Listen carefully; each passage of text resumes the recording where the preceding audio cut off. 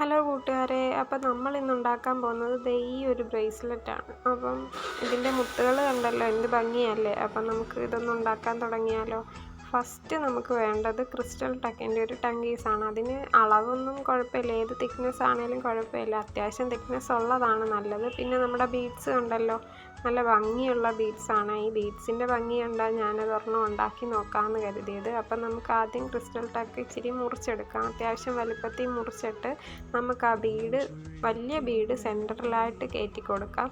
എന്നിട്ട് ബാക്കി ബീഡ്സ് നമുക്ക് രണ്ട് സൈഡിലായിട്ട് കോർക്കാം. നമ്മൾ ഇടുമ്പോഴത്തേക്കിന് നടുക്ക് വശത്ത് നിൽക്കണം ആ വലിയ ബീഡ്. അപ്പം മറ്റേ കുഞ്ഞു ബീഡ് നമുക്ക് പല കളറുണ്ട്. അപ്പോൾ അത് ഒരേ കളറായിട്ടിടാം, അല്ലെങ്കിൽ മിക്സഡായിട്ടിടാം. മിക്സഡായിട്ടിടുമ്പോൾ ഒരു ഭംഗിയാണ്.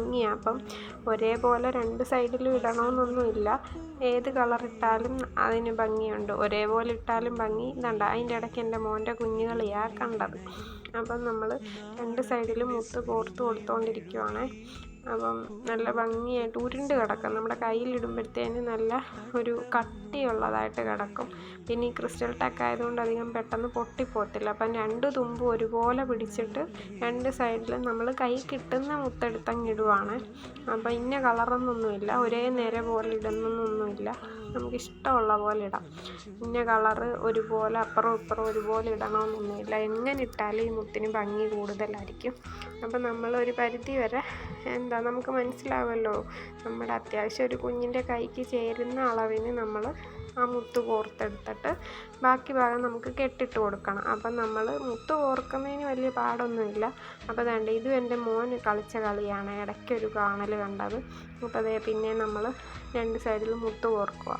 അപ്പം ഇടയ്ക്കിടയ്ക്ക് ഞാൻ നോക്കുന്നുണ്ട് വലിപ്പം കറക്റ്റായിട്ടുണ്ടോയെന്ന്. അതുപോലെ നോക്കണം, നമ്മുടെ അളവിനനുസരിച്ച് വേണം നമ്മൾ സെറ്റാക്കി എടുക്കാൻ.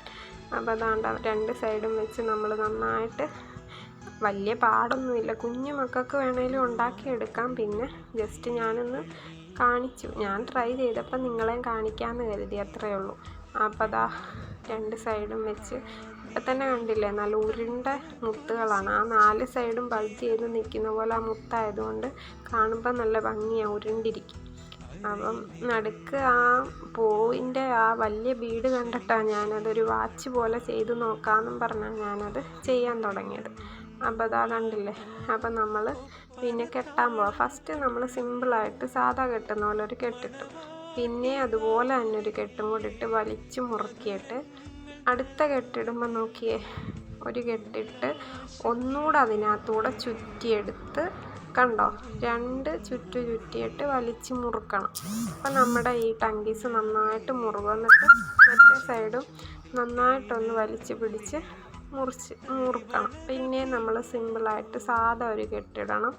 അത് കഴിഞ്ഞ് പിന്നെ അടുത്ത കെട്ട് ഇതുപോലെ രണ്ടായിട്ട് അകത്തോട്ട് കയറ്റണം. ഒരു കെട്ട് ചുറ്റി ഒന്നുകൂടെ ചുറ്റിയിട്ട് വീണ്ടും അകത്തോട്ട് കയറ്റി, കണ്ടോ ആ ചുറ്റി കണ്ടോ, രണ്ട് ചുറ്റിയതിൻ്റെ. എന്നിട്ട് അത് വലിച്ച് മുറുക്കി, നന്നായിട്ട് മുറുക്കി, കണ്ടോ.